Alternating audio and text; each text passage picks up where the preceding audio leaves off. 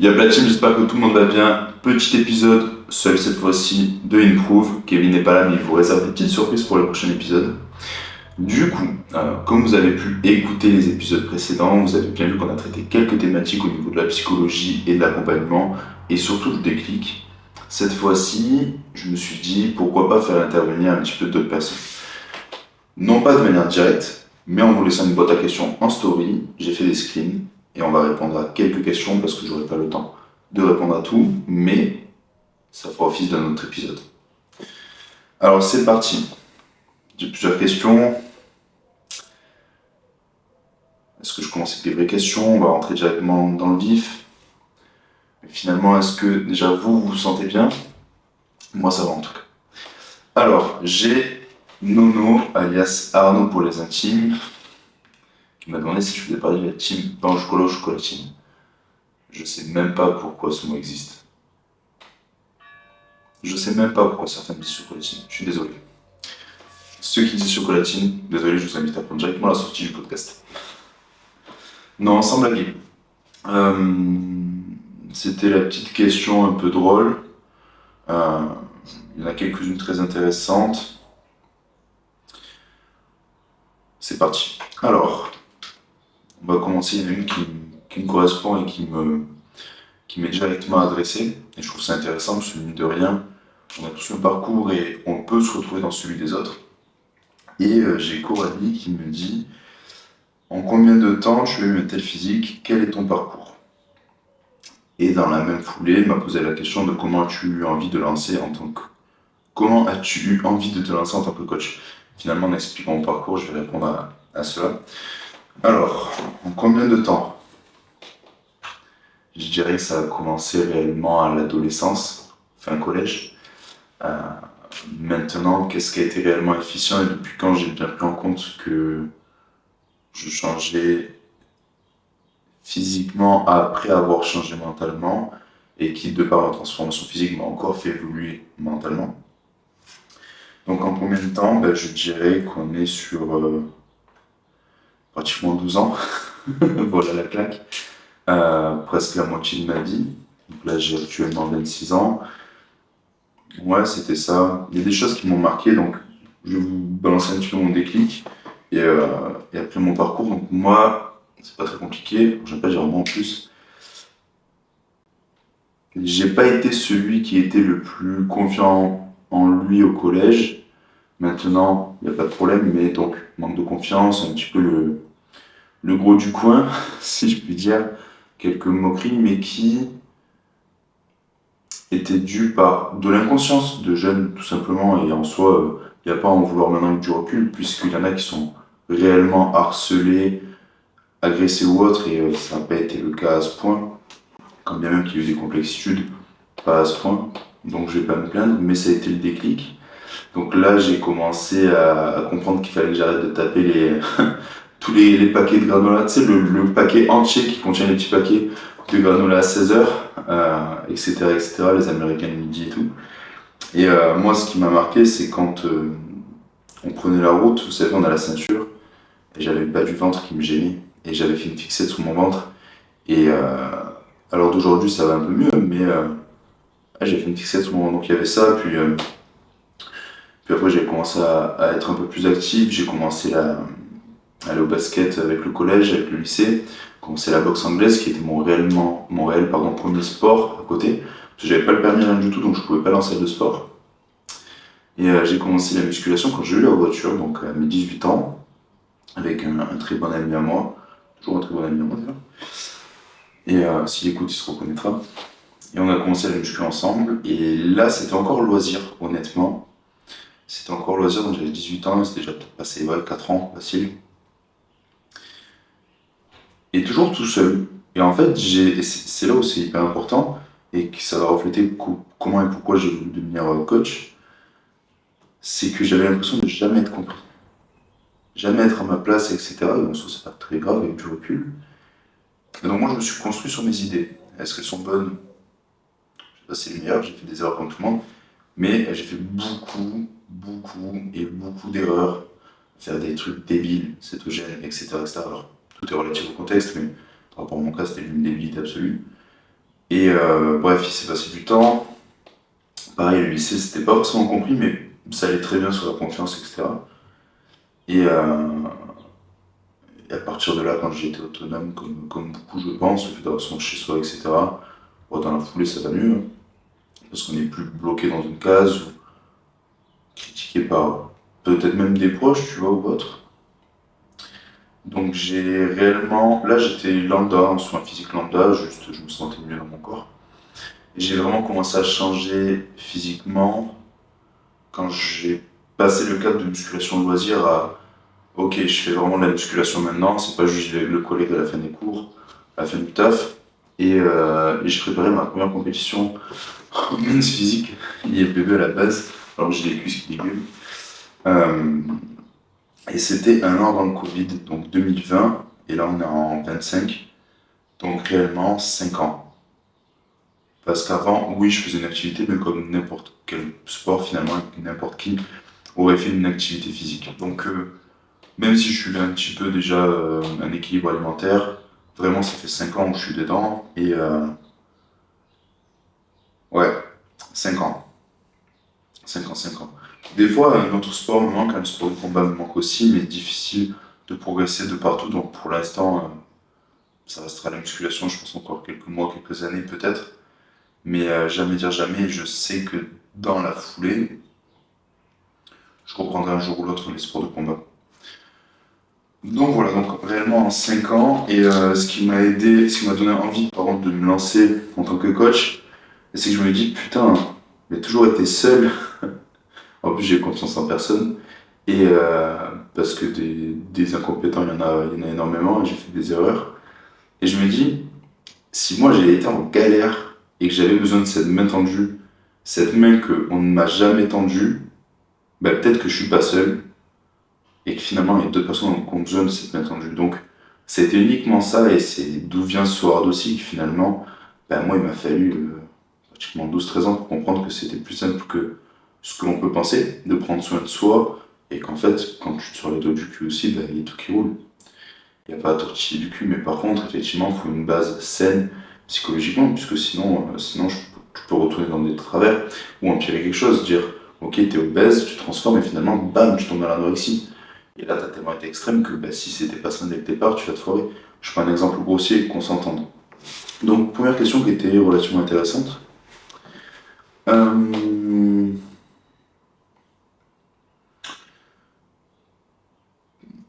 Ça fait quoi de perdre 10 fois au Uno? Pour la petite histoire, j'ai rencontré des élèves et j'ai pris une cartouche au Uno. Je suis pas mauvais joueur, mais disons que des jets ont été mis à jour. Non, sans blaguer. J'ai eu d'autres questions. Question de Christelle. Qu'est-ce qui est le plus compliqué à gérer dans ton métier? C'est une très très bonne question. En fait, l'humain est relativement assez complexe. Et je parle pas physiologiquement, je parle vraiment psychologiquement. C'est-à-dire que je suis obligé de mettre un contexte pour expliquer ce qui est le plus difficile dans mon métier parce que j'aime beaucoup l'accompagnement. Et je tends cette main que j'aurais aimé qu'on me tende, mais je me suis déjà fait arracher le bras une paire de fois, donc je suis un peu plus méfiant. Le plus difficile, c'est de réussir à anticiper et réellement connaître son élève pour qu'il puisse ne pas se tracasser dans le fond et s'auto-monter lui-même et rester dans cette base saine. Parce que sortir, faire un push ponctuel, sortir de sa routine, sortir de quelque chose de sain, il n'y a pas de problème du moment que c'est ponctuel. Et il faut ce qu'il faut quand il le faut. C'est comme quelqu'un qui va travailler 20 heures sur 24 pendant un mois, ça va tenir. Et s'il faut le faire, il faudra le faire, mais il ne tiendra pas à vie. Et là où je veux en venir, c'est que c'est là où c'est le plus compliqué, quand bien même qu'on ouvre tous les moyens de communication, questions ouvertes, habitudes, connaissances de l'élève qu'on a, pardon, sa façon de parler, ses mots, etc., de se dire, pareil sur la PNL, c'est de se dire finalement, bam, et là je le dis, ça m'est déjà arrivé, ben finalement, je lui ai pas montré que je le connaissais assez pour désamorcer une implosion si elle allait avoir lieu, ou quelque chose qui n'allait pas. C'est pour ça que de suite j'essaye de mettre à l'aise, qu'il n'y a pas de jugement ou autre, mais c'est clairement le plus dur, à mon sens, parce que moi j'accompagne comme ça. Quelqu'un qui est très terre à terre, très militaire, il n'y a pas de dialogue, c'est du tact, c'est du binaire, c'est soit ça va pas, ça va pas, tu dégages. Et dans les deux sens. Or, c'est pas ma philosophie et je pense pas changer un jour, quand même que je me ferai arracher les bras une paire de fois encore. Donc pour moi, le plus dur dans mon métier, c'est ça, c'est la gestion finalement de,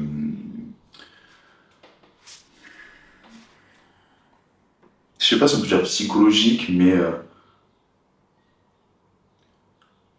de venir garder un bon équilibre chez l'élève.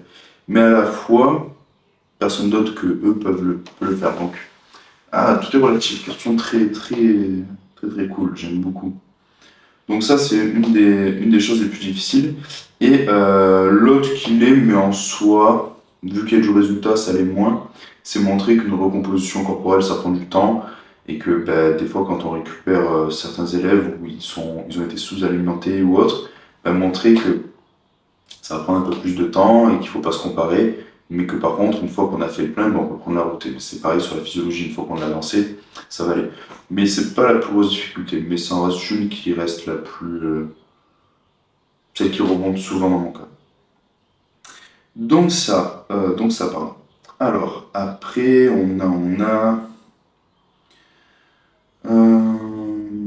comment choisir un bon coach qui nous correspond?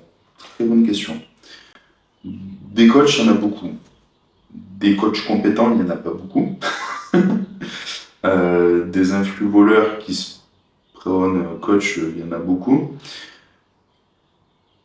Maintenant, comment choisir un bon coach qui te correspond? Bon, on va partir du principe que tout le monde est bon, ça sera plus simple. Déjà, c'est d'aller parler avec.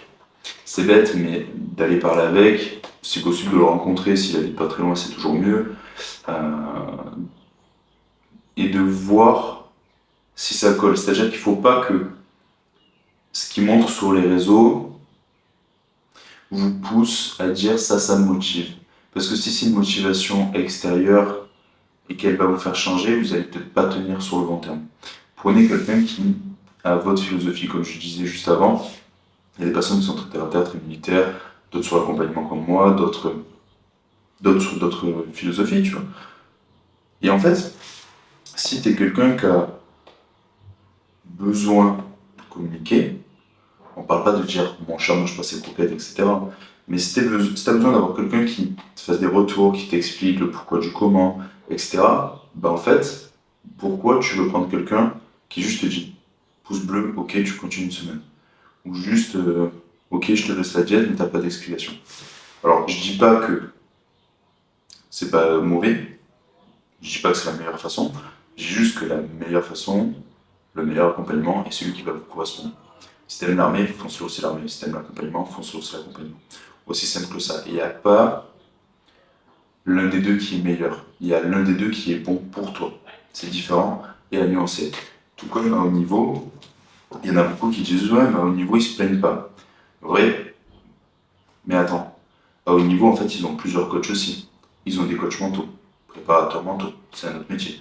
Donc finalement, même chez les plus hauts niveaux, on s'aperçoit que il y a de l'accompagnement psychologique. C'est juste que c'est fait par une autre personne. Attention. Donc très bonne question, moi je dirais de prendre le temps et de toute façon il faut essayer. Par contre, une fois qu'on a le bon, il ne faut pas venir changer parce qu'on pense que l'herbe est plus verte ailleurs, mais simplement parce que il ne faut pas oublier qu'il faut communiquer. Ou alors on veut passer un certain cap dans les compétitions. D'autres préparateurs sont toujours meilleurs. C'est comme si moi demain une athlète, me dirait je veux vraiment passer un cap. Je pars avec quelqu'un de beaucoup plus compétent parce que chacun son domaine aussi de niveau. Hein. Il y a des coachs, il y a des bons coachs, mais dans les bons, il y a encore des meilleurs, etc. Ça dépend du prix aussi que vous voulez mettre. Ça dépend de plein de choses. Donc, prenez le temps. N'ayez pas peur d'essayer, il faut aussi essayer. Mais prenez celui surtout qui a la philosophie qui vous correspond. Je trouve ça super important. Question de Yale Ho sur Insta. Est-ce qu'on peut faire une compétition bikini en ligne cheveux courts? Tout à fait. Tout à fait. Alors attention, je ne sais pas de quelle fédération on parle, de quelle catégorie, si bikini, pardon, de quelle fédération on parle. c'est souvent un peu mieux vu qu'ils cherchent vraiment le type féminin dans tout son absolu. Les cheveux longs, maintenant, il y a déjà eu des championnes de France et championnes d'Europe aux cheveux courts. Vous n'êtes pas jugé qu'à la tête, vous êtes jugé à 90% sur le physique. Faut pas l'oublier, donc pour moi, non, ça gêne pas. Euh, on va faire encore une paire de questions, pardon. Marie, qui est aussi une coach adorable et une élève à moi, que je forme et que je recommande vivement.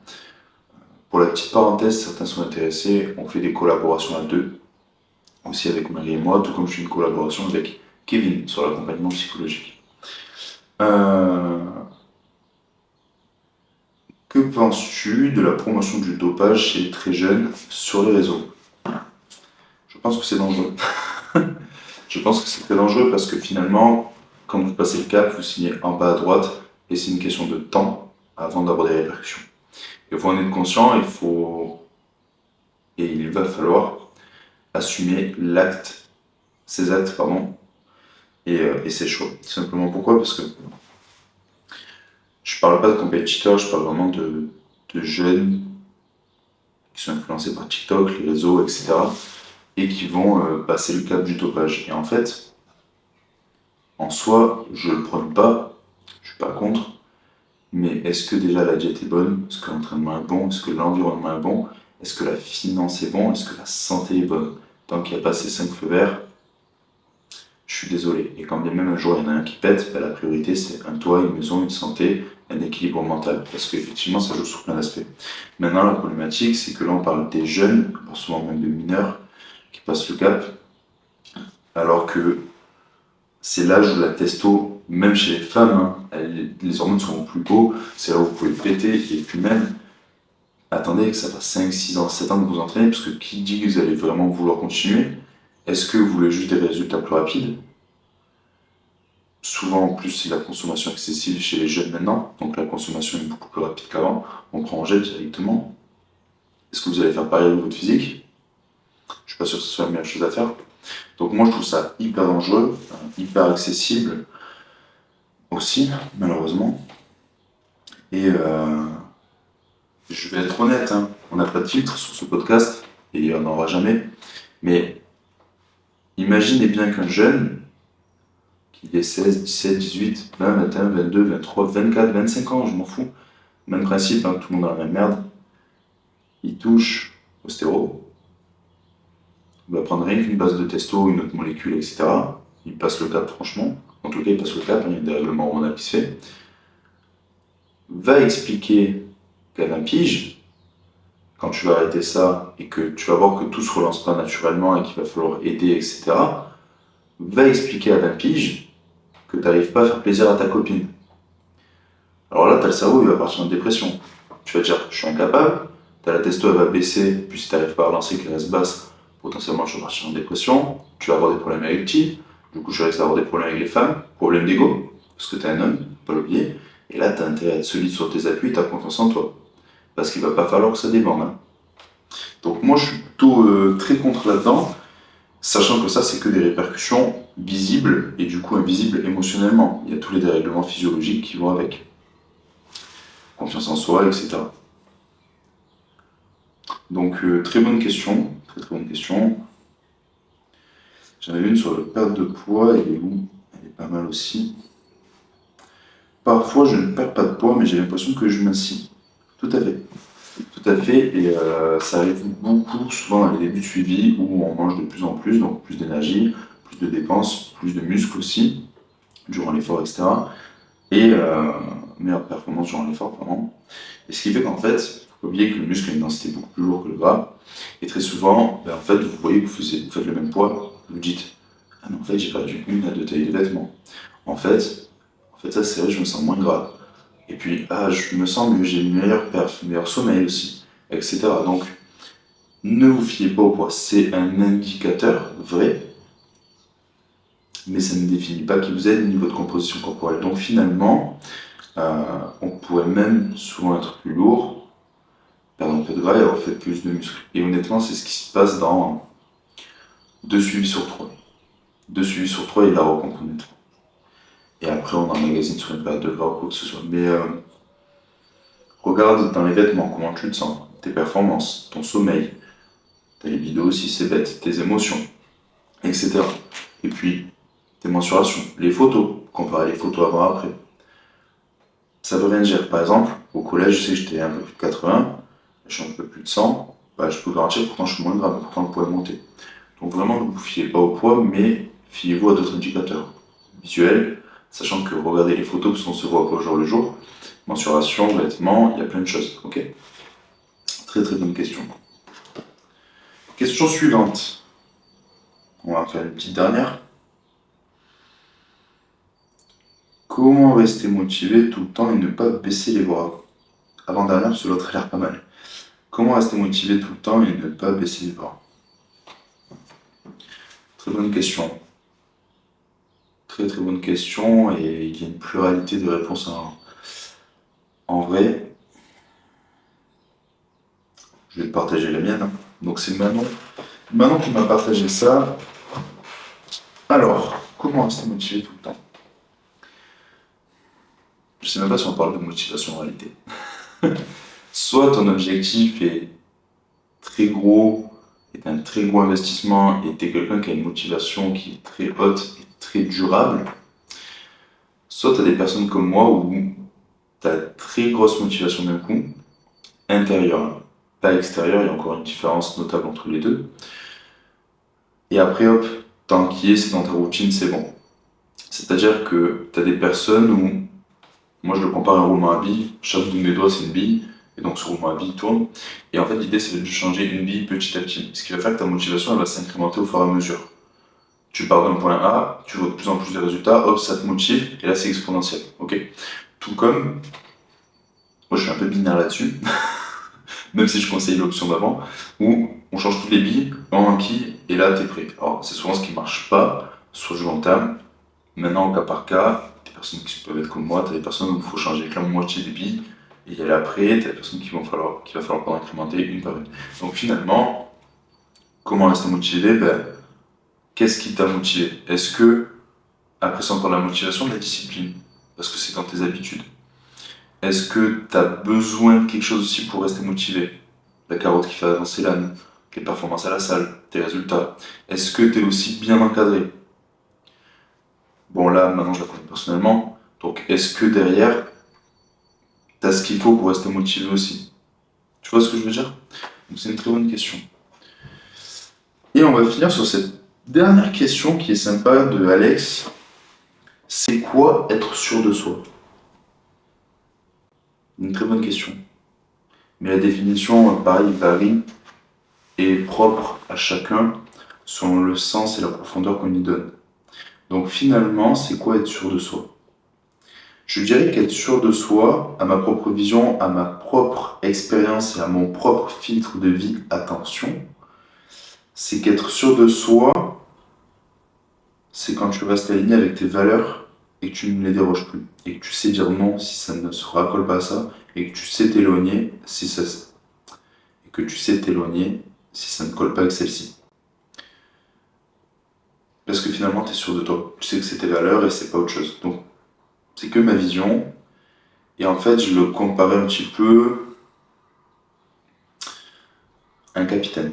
C'est d'ailleurs Don Pierre qui en parle très bien dans son livre Le Capitaine. Et cette phrase, enfin, le résumé du livre dit, dans les grandes lignes, que tu es maître de ton navire et que finalement, même quand tu es perdu, il faut que tu suives ton point cardinal. Et ça, c'est être sûr de soi. Parce que quand tu es perdu et que tu sais pas où tu vas, même avec un point de repère, c'est compliqué. Donc, garde le point cardinal et vas-y. Peut-être tu te trompes, mais vas-y quand même. Et je trouve que c'est la même chose. C'est-à-dire que peut-être que tes valeurs à l'instant T, c'est pas les meilleures. Tout est évolutif dans une vie. Mais respecte-toi, bordel. Et ça, pour moi, c'est être sûr de soi. Donc, euh, donc voilà, j'espère que j'ai pu répondre à Alex là-dessus. Et, ça va me faire réfléchir cette question. Bon, en tout cas, voilà, il y avait quelques questions qui sont sympas. Est-ce qu'il y en avait d'autres? Comment choisir? Hop. Il y en a d'autres sur le véganisme, mais c'est pas mon plus fort, entre guillemets. Donc, je laisse mon tour là-dessus, quand même que j'ai déjà eu des élèves véganes et végétariens et végétaliens. Mais ça pourrait être un très bon podcast d'ailleurs. Bon, en tout cas, n'hésite pas à partager, liker ce podcast. Si tu es en train de l'écouter, fais une pause, fais une capture d'écran, mets-le en story et tag-nous. Tu peux taguer aussi Kevin. Il n'est pas là physiquement, mais il est là dans le cœur. D'ailleurs, comme j'ai dit, vous prépare des petites surprises sur le prochain podcast. Il ne sera pas seul. Tout comme, n'hésitez pas, vous pouvez m'écrire pour me poser des questions. Ça sera traité en thématique et pourquoi pas même vous montrer des cas concrets s'il le faut. Et je vous dis à très vite. Abonnez-vous.